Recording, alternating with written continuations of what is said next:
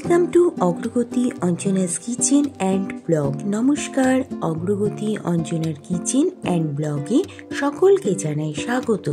আজকে তৈরি করেছিলাম সকলের অতি পরিচিত লাউ চিংড়ির রেসিপি। এই লাউ সবজিটি কিন্তু একটি অত্যন্ত উপকারী সবজি, এটা আমরা সকলেই কম বেশি জানি।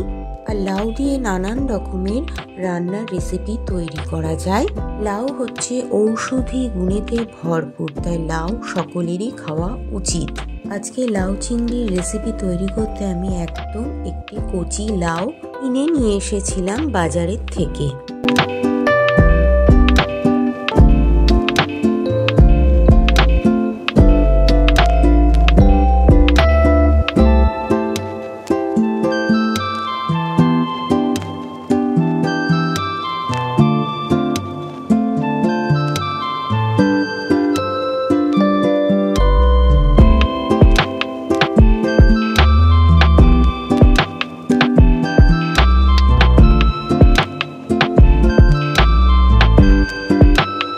এবার এই গোটা লাউটির অর্ধেক অংশই নিয়েছিলাম আমি লাউ চিংড়ি রান্না করবার জন্য। প্রথমে লাউটিকে আমি দেখুন এরম জিরি জিরি করে কেটে কুচিয়ে নিয়েছিলাম।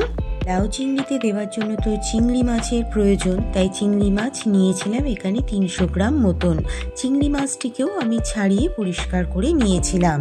মশলার জন্য এখানে নিয়েছিলাম একটি বড় সাইজের পেঁয়াজ, একটি টমেটো, সামান্য পরিমাণে আদা ও 3 কোয়া রসুন।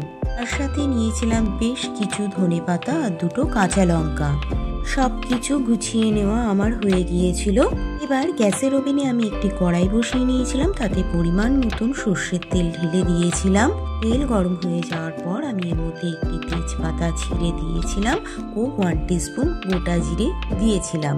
এরপর ফোড়নের মধ্যে আমি সেই কুচিয়ে রাখা পেঁয়াজটিকে তেলের ভেতরে ঢেলে দিয়েছিলাম। পেঁয়াজটিকে ঢেলে দেবার পর আমি ভালো করে নেড়ে চেড়ে আধ ভাজা করে নেবার পর ছাড়িয়ে রাখা চিংড়ি মাছগুলো আমি তেলের মধ্যে দিয়েছিলাম। এবার পেঁয়াজ ও চিংড়ি মাছের মধ্যে 1 টেবিল স্পুন আমি হলুদ গুঁড়ো দিয়ে দিলাম। এবার আমি এর ভেতরে 1 চামচ লবণ দিয়েছিলাম। এবার কুচিয়ে রাখা টমেটোটিকেও আমি এই কড়াইয়ের মধ্যে ঢেলে দিলাম। সব কিছু দেওয়া হয়ে গেলে আমি খুন্তি দিয়ে ভালো করে নেড়ে চেড়ে মিশিয়ে নেবার পর এবার আমি এর মধ্যে 1/2 টিস্পুন চিনি দিয়েছিলাম। চিনিটা পুরোটাই স্বাদের জন্য দেওয়া। এবার লাউয়ের মশলাটির মধ্যে বেটে রাখা আদা রসুনের পেস্টটিকে আমি ঢেলে দিয়েছিলাম।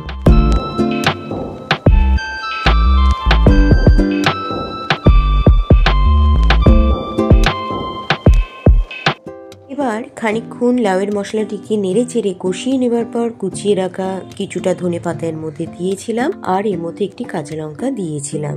কাঁচা লঙ্কা ধনেপাতাটিকে দেবার পর আমি কুচিয়ে রাখা লাউটিকে এবার লাউয়ের মশলার মধ্যে ঢেলে দিয়েছিলাম।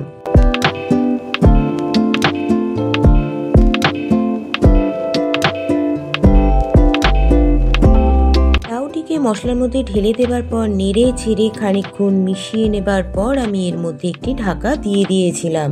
লাউয়ের মধ্যে ঢাকা দিয়ে খানিকক্ষণ রেখে দেওয়ার পর আমি যখন ঢাকাটাকে খুলে নিয়েছিলাম তখন লাউয়ের ভেতর থেকে বেশ কিছুটা জল বেরিয়ে এসেছিল। এই পর্যায়ে লাউয়ের মধ্যে আমি 1 টেবিল স্পুন জিরের গুঁড়ো অ্যাড করেছিলাম। জিরের গুঁড়োটিকেও দিয়ে খানিকক্ষণ নেড়ে চেড়ে মিশিয়ে নেবার পর আবারও আমি একটি ঢাকা দিয়ে দিয়েছিলাম। ঢাকা দেওয়ার পর দেখুন কি পরিমাণে জল বেরিয়ে এসছে লাউয়ের মধ্যে থেকে। এবার আমি সমস্ত লাউটিকে প্রেসার কুকারের মধ্যে ঢেলে দিয়েছিলাম। কড়াইয়ের থেকে প্রেসার কুকারের মধ্যে ঢেলে দিয়ে প্রেসার কুকারে মাত্র 2টো সিটি দিয়ে আমি লাউটিকে সেদ্ধ করে নামিয়ে নিয়েছিলাম। প্রেসার কুকারের মধ্যে দিয়ে 2টো সিটি দিয়ে সেদ্ধ করে নেওয়ার ফলে কিন্তু লাউটি আরও বেশি সফট হয়ে এসেছিল। প্রেসার কুকারে সেদ্ধ করা আমার হয়ে গিয়েছিল। এবার প্রেসার কুকারের ঢাকা খুলে আমি কড়াইতে লাউ সেদ্ধটিকে ঢেলে দিয়েছিলাম। দেখুন লাউয়ের মধ্যে দিয়ে কতটা জল বের হয়ে এসছে। আমি কিন্তু এর মধ্যে 1 ফোঁটাও জল দিইনি, নিচের থেকেই এই জলটা বেরিয়ে এসেছিল। এই সময় বাদ বাকি কুচিয়ে রাখা ধনেপাতাগুলো আমি লাউয়ের ঘন্টের মধ্যে ঢেলে দিয়েছিলাম। ধনেপাতা কুচিগুলোকে দিয়ে আমি খুন্তি দিয়ে ভালো করে মিশিয়ে নিয়েছিলাম এবং ভেতরকার জলটি যাতে শুকিয়ে যায় তার জন্য ফুটতে দিয়েছিলাম।